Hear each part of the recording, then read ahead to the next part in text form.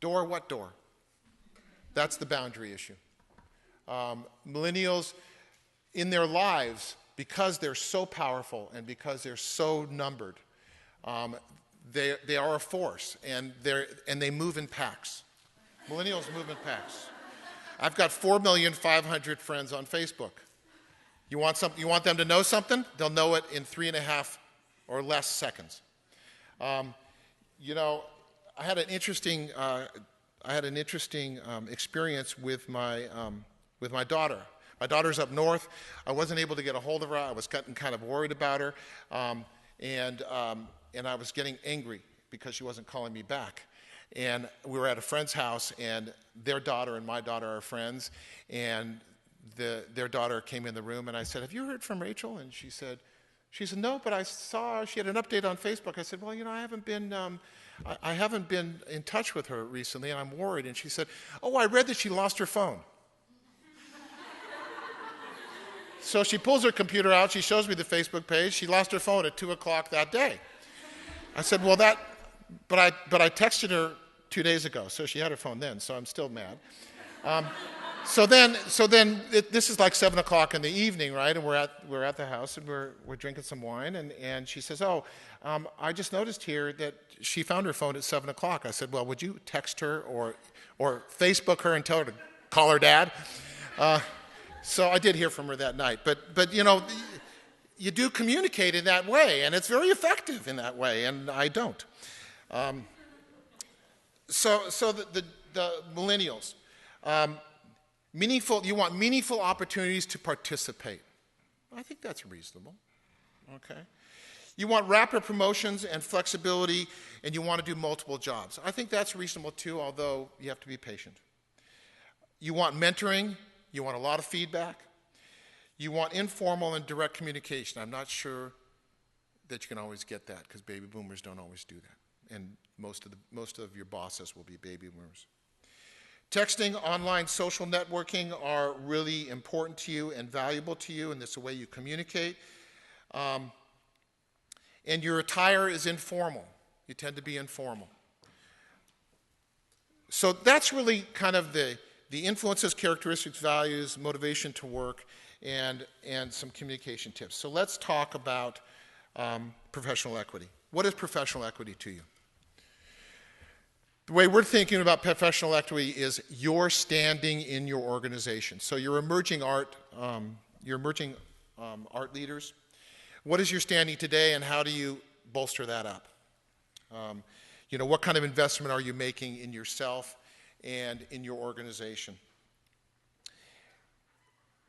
So what makes up your professional equity? Things like, I normally would have this as a discussion, but because we need to be mic'd, so let me just tell you what I see as what makes up your professional equity. Your education, your professional credentials. I think that's a standard thing. Certainly with baby boomers, that's a standard thing. Your skills and your on-job training, your on-job experiences are going to build your professional equity. Your appearance is going to be important until you build that professional equity. I had an interesting experience. I'm in a network group, and I'm one of the older people in my network group at this point.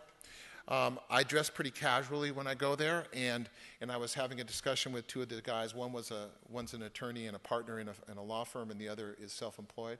And one of them always wears a suit and tie, always very dapper, has great clothes. The other one usually wears a suit without a tie. And I said, you know, it's really kind of a role reversal. I dress down and you guys dress up, and your generations aren't really known for this dress up stuff. And they said a very interesting thing, and it really ties into professional equity.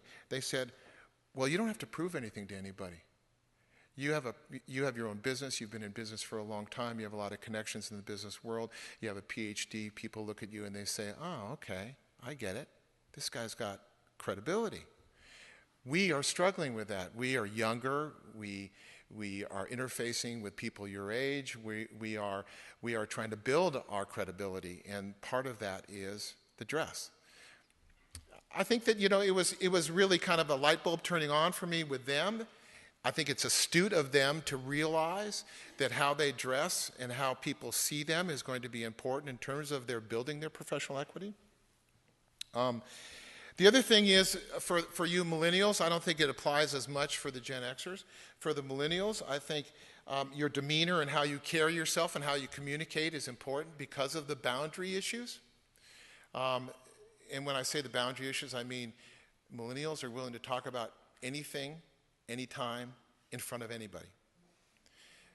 Baby boomers don't operate that way. And if the baby boomers are your bosses, they may take offense to that, or they may not get it. Okay, they just may not get it. And so changing the way that monitoring yourself, that's what I was really looking for. Monitoring yourself in the way that you communicate with other people in the workplace around the issues of boundaries and formality or informality is probably going to be really important and will help you build your equity. Your breadth of knowledge, of course, your industry-specific knowledge is always extremely important no matter what generation you're from.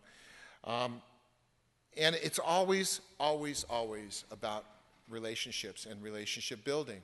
And so a lot of these things that make up your professional equity and the things you need to do to build your professional equity are about the relationships you create with the people that you're working with, not only your coworkers, but your bosses, your managers, your owners, okay, board of directors. So if you can build relationships there, and I think it's really something that can be done very, very easily.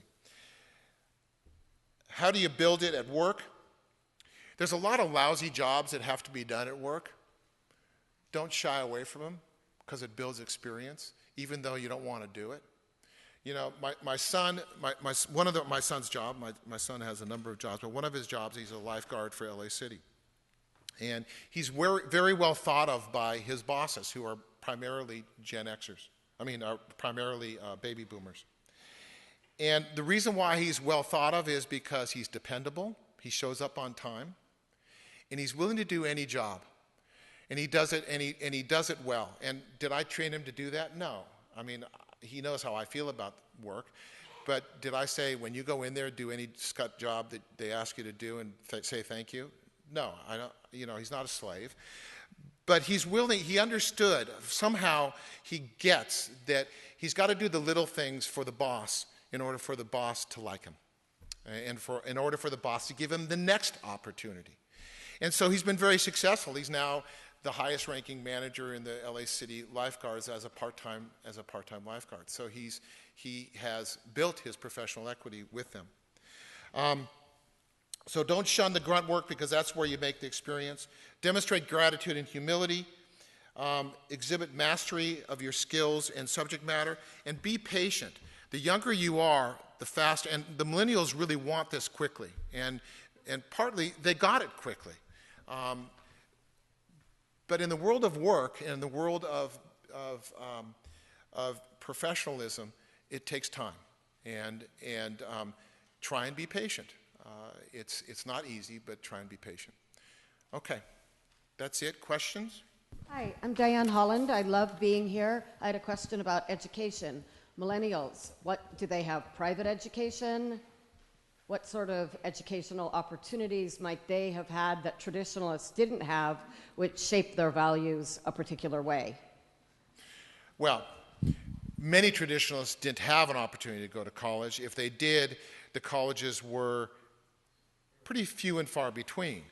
UCLA was a campus that was available many traditionalists went to universities like UCLA. And even community colleges were available.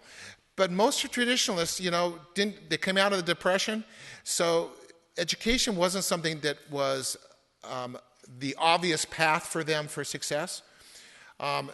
Whereas millennials, parents say, if you don't go to college, I'll kill you. There's 1 million colleges available for millennials. It's almost overwhelming, or I imagine it is overwhelming for millennials when they're looking at colleges and educational opportunities, that it's just too much. It's way too much. And I got a problem with that, but those the educational experiences are so different. Traditionalists, much of the time, get their experiences and build their professional equity through experience, not education. Millennials have an opportunity to build their professional equity not only through education, but also experience. And I think what the advantages of the current system is, you can get experiences through your education also, and it's valued. And so you come to the workplace with a lot larger and expanded tool bag than we did when we came in. My name is Martin Isaacson, and I teach photography and art at Ventura College. And I'm a traditionalist. And first, I need to thank Lipitor for that. But I also really want to suggest that it's pretty important for everybody to kind of, before you stereotype somebody based on their age, that they are quietly allow the person to disclose to them who they are. Because some of the most creative people I know in the arts are people who you wouldn't, through the wildest stretch of your imagination because of their age, think that they were really off and pushing the envelope in their lives. Absolutely. So I think your information was really valuable, but I think young people have to really be very careful about determining who it is that you're really talking to, and then go for it. Absolutely. Thank you for bringing that up, because, you know, when I'm talking about generational issues, that's just one aspect that gets played into relationships. And it absolutely is a generalization. We are generalizing people that are born over an 18-year span. I mean, that's a pretty wide generalization. And we know that it's accurate at times and it's inaccurate at times. And there's a lot of individuals within that. And so, you know, when you're having relationships, or when you're trying to build relationships with people of other generations, it's good to know the characteristics that drove them at the time they were coming up. But it also, you need to be astute in picking up the other psychological and relationship issues of that individual and what's driving them. Why are they there? Why are they offering their services? Why do they want to have a relationship with you? You know, it's important to become astute in picking up those other issues, those other cues, not just the generational cues. That's it? Okay. Thank you very much.